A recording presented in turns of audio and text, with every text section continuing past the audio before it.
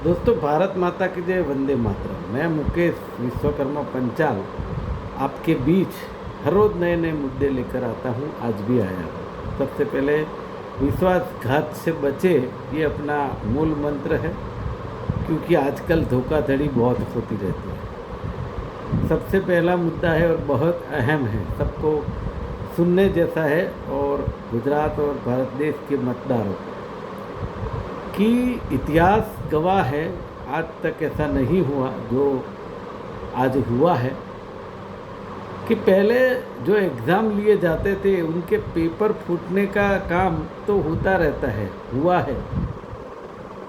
लेकिन इस बार नीट की जो इतनी बड़ी एग्ज़ाम थी, वो पहली बार पूरी की पूरी रद्द कर दी गई, क्योंकि उसका पेपर पहले से फूट गया, ऐसा न्यूज़ आया है।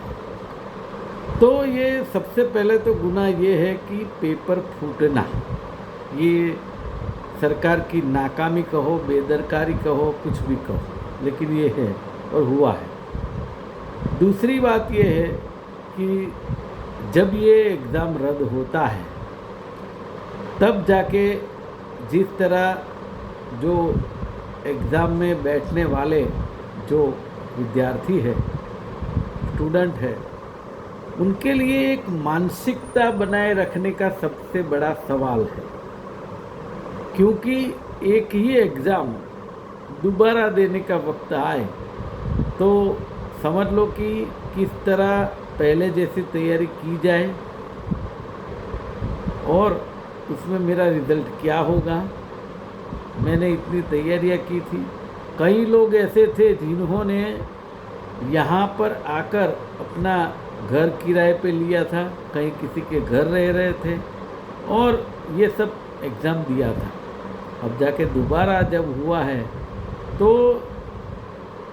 जो एग्ज़ाम का खर्च है वो तो समझो कि जिसको दिया था वही करेंगे, लेकिन ये जो स्टूडेंट है जिसकी मानसिकता का एक नमूना है, वो सरभर कौन करेगा, ये सबसे बड़ा सवाल है। मैं समझता हूँ कि सबसे पहले अहम बात यही है, कोई भी एग्ज़ाम में स्टूडेंट की चिंता करना।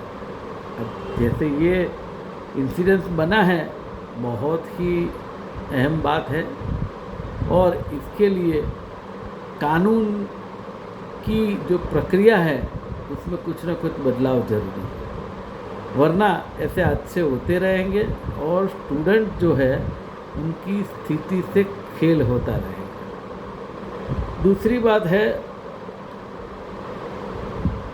वस्ती का धोरण जो गिनती होने जा रही है और जो सभी को काम दिया गया है अभी, जैसे उसमें शिक्षकगण भी शामिल है। मैं समझता हूँ सबसे पहले तो उसमें त्रुटि ये है कि जिस तरह जनगणना के लिए महिला शिक्षक को एंगेज किया गया है। मैंने ऐसी एक महिला से बात की थी कि आपको क्या काम करना होगा, तो उसकी ड्यूटी जैसे वो जहाँ रह रही है उससे 20 किलोमीटर दूर।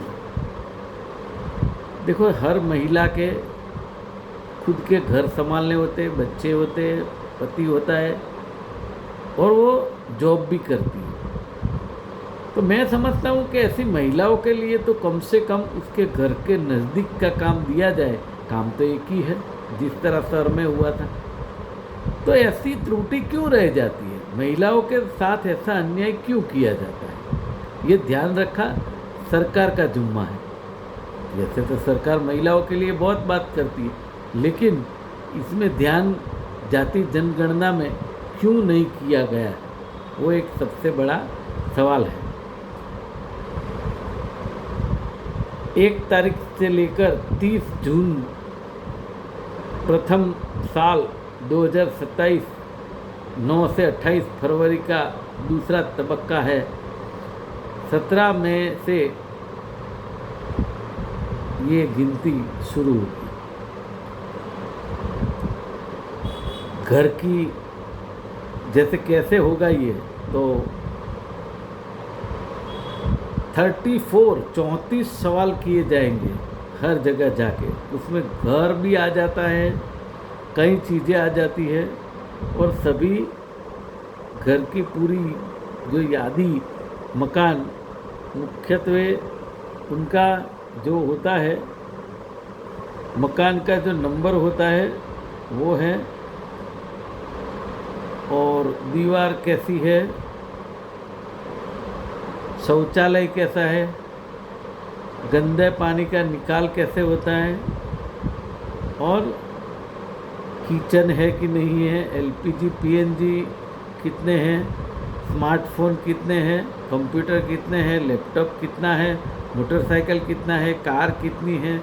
ऐसे करीबन 34 सवाल किए जाएंगे, उसका जवाब सबको देना होगा। खैर वो तो जब होता रहेगा और लोग देते रहेंगे, लेकिन ये मुद्दा है कि महिला को इस तरह ड्यूटी नहीं देनी चाहिए।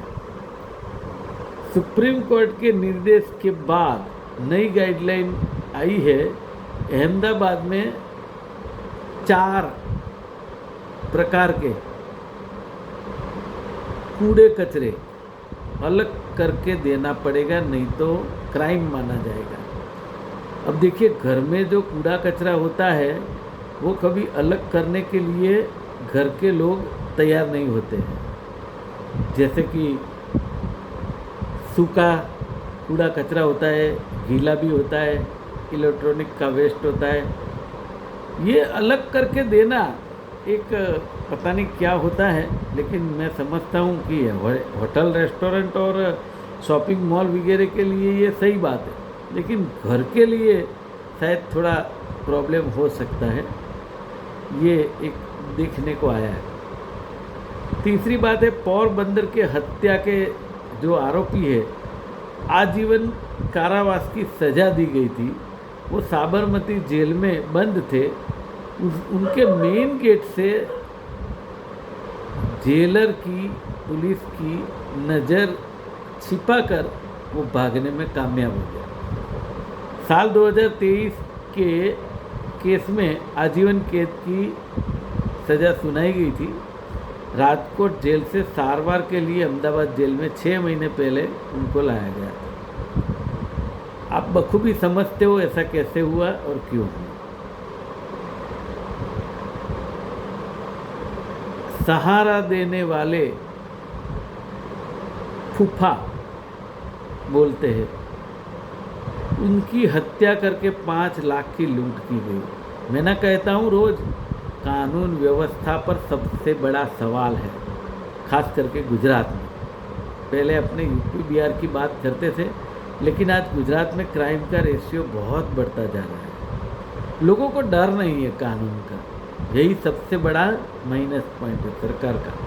फोटोग्राफी, वीडियोग्राफी बनाने वाले जो सीनियर सिटीजन थे, उनके पुत्र रात में दुकान में थे, तब जाके ये गुनाह किया गया, और भागा हुआ भतीजा वो पुलिस के हाथ से पकड़ा गया है। लेकिन ये जो क्राइम हो जाता है